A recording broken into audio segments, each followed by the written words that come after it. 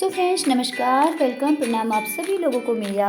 तो आज की खूबसूरत सी सुबह की शुरुआत आप सभी लोगों के साथ। तो स्वागत है आपका मेरी एक और न्यू ब्लॉग में। तो मॉर्निंग में मैं टहलने गई थी अपने छत पे, तो दिखा रही थी आपको अपने चारों तरफ का वातावरण। अरे बाबा, ज़्यादा हो गया।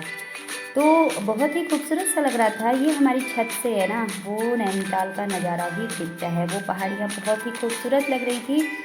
फाइनली 2-3 दिन की बारिश के बाद आज मौसम खुला हुआ था। हल्के हल्के बादल थे, खूबसूरत सी धूप का आना स्टार्ट हो गया था और ये था गोलापार का मौसम। तो इधर मेरे बच्चे लोग कर रहे थे अपनी बस का वेट और इनकी बस आ गई थी और इन लोगों को मैंने बोला बाय बाय। और तेरी की मेरे बेटा के ऊपर पानी के छींटे, छी छी। तो ये लोग चले गए थे स्कूल। तो इसके बाद मैंने सारा घर का काम ख़त्म करने के बाद अब आई थी मैं मंदिर। मैंने आज सोमवार था तो सारे भगवान जी को मैंने नहलाना था। लड्डू तो रोज़ नहाते हैं, आज लड्डू ने सारे भगवान जी के साथ नहाया। तो आज मैं खुद ही कैमरामैन थी और खुद ही सारे काम भी कर रही थी। तो इसलिए मैंने थोड़ा सा आपको दिखाने की वजह से एक ही हाथ से क्या था, बाकी मैं बना नहीं पाई थी, लेकिन जितना भी आपको दिखा पाई।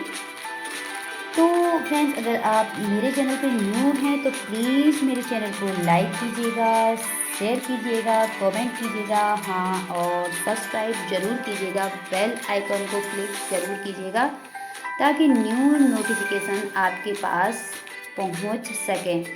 आप लोग मुझे सपोर्ट ज़रूर कीजिएगा और आप लोगों को मेरे ब्लॉग्स कैसे लगते हैं वो आप कमेंट करके मुझे ज़रूर बताना। तो फाइनली मैंने सारे मेरे भगवान जी को उनके आसन ग्रहण करवाए, पूजा पाठ की, दिया बत्ती किया, उन्हें तिलक किया। और ये रहे मेरे सबसे प्यारे बच्चे, मेरी लाडो, मेरी कान्हा।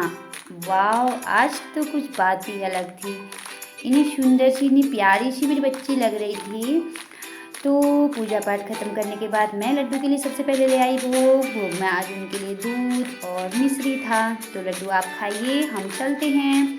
तो इसके बाद मैं चली गई थी खेत। ये देखिए, ये छोटे छोटे जो पेड़ हैं ना, ये मूली के हैं। वो जो हमको अक्टूबर नवंबर में मार्केट में मिलते हैं ना, सफ़ेद सफ़ेद जड़ों के साथ हरी सब्जी के पत्ते मूली के, वो। तो टमाटर का खेत था ये, उसमें हो रही थी मूली। तो ये था सुबह 10 बजे का मौसम। प्यारा लग रहा था, हल्की हल्की सी धूप थी, गर्मी तो थी लेकिन अच्छा लग रहा था।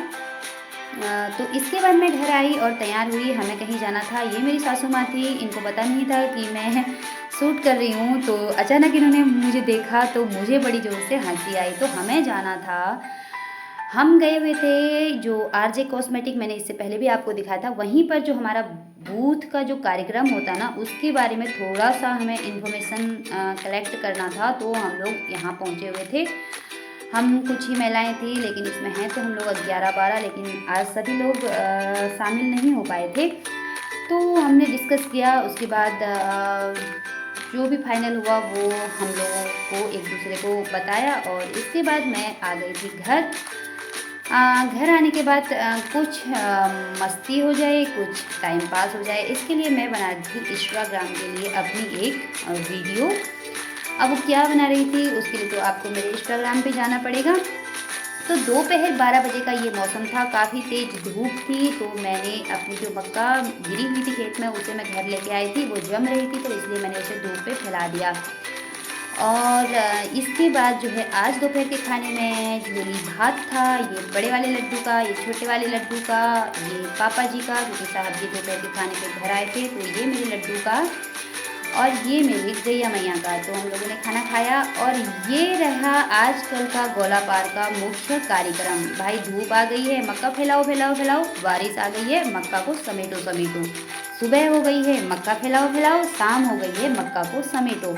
और उसी के साथ होता है ना, ये मक्का के छिलके होते हैं जिनको ऐसे इकट्ठा करके हम मुट्ठा बना देते हैं, जिसको हम लोग पुला भी बोलते हैं।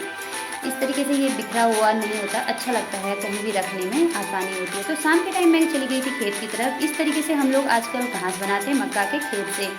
तो ये था शाम 5:30 से 6 बजे का मौसम। शाम होने आई थी, अच्छा लग रहा था काफ़ी। काले काले बादल आसमान पे छाए हुए थे। तो इसके बाद मैं घर आई थी, मैंने सारा काम किया था और आज मुझे डेयरी जाने से छुट्टी मिल गई थी क्योंकि साहब जी और छोटे बेटा जी डेयरी को चले गए थे। अरे बाबा, बाय बाय।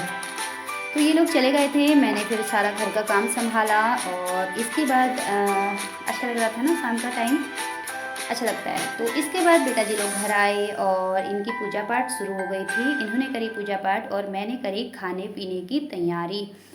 तो वाह यार, सच में बोल रही हूँ, आज तो लड्डू से ना नज़र नहीं हट रही है, बस नज़र ना लग जाए किसी की मेरी लाडो को।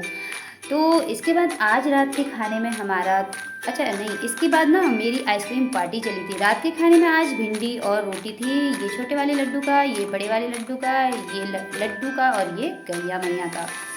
तो अब आई थी बारी लड्डू को भोग लगाने की, जो मेरे छोटे वाला बेबी लगा रहे थे। तो सबसे पहले उन्होंने उनका 16 श्रृंगार उतारा, क्योंकि खाना खाते टाइम उनके सारे श्रृंगार हम उतार देते हैं क्योंकि वो आराम से कंफर्टेबली खा सकें।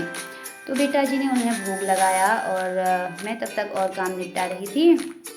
तो इसके बाद हम लोगों ने भी खाना खाया। अब बारी आई थी हमारे सोने की, और सबसे पहले सोते हैं हमारे लाडो। लाडो को थोड़ा सा अपनी आंतों में मैंने उठा लिया और ये छोटे से मेरे लाला हैं और इन्हें थोड़ा सा प्यार किया, थोड़ा सा झूला झुलाया और इसके बाद इनको मैंने सुला दिया था, क्योंकि मुझे मेरे लड्डू को प्यार करना बहुत अच्छा लगता है, मेरे लड्डू को भी बहुत अच्छा लगता है। आनी नू मैंने इनको बोला और ये आराम से सो गए।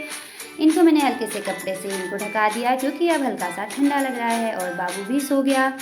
तो आज का ब्लॉग यहीं तक था। आप लोगों को गुड नाइट, बाय बाय। मिलते हैं कल के एक न्यू ब्लॉग में। Take care.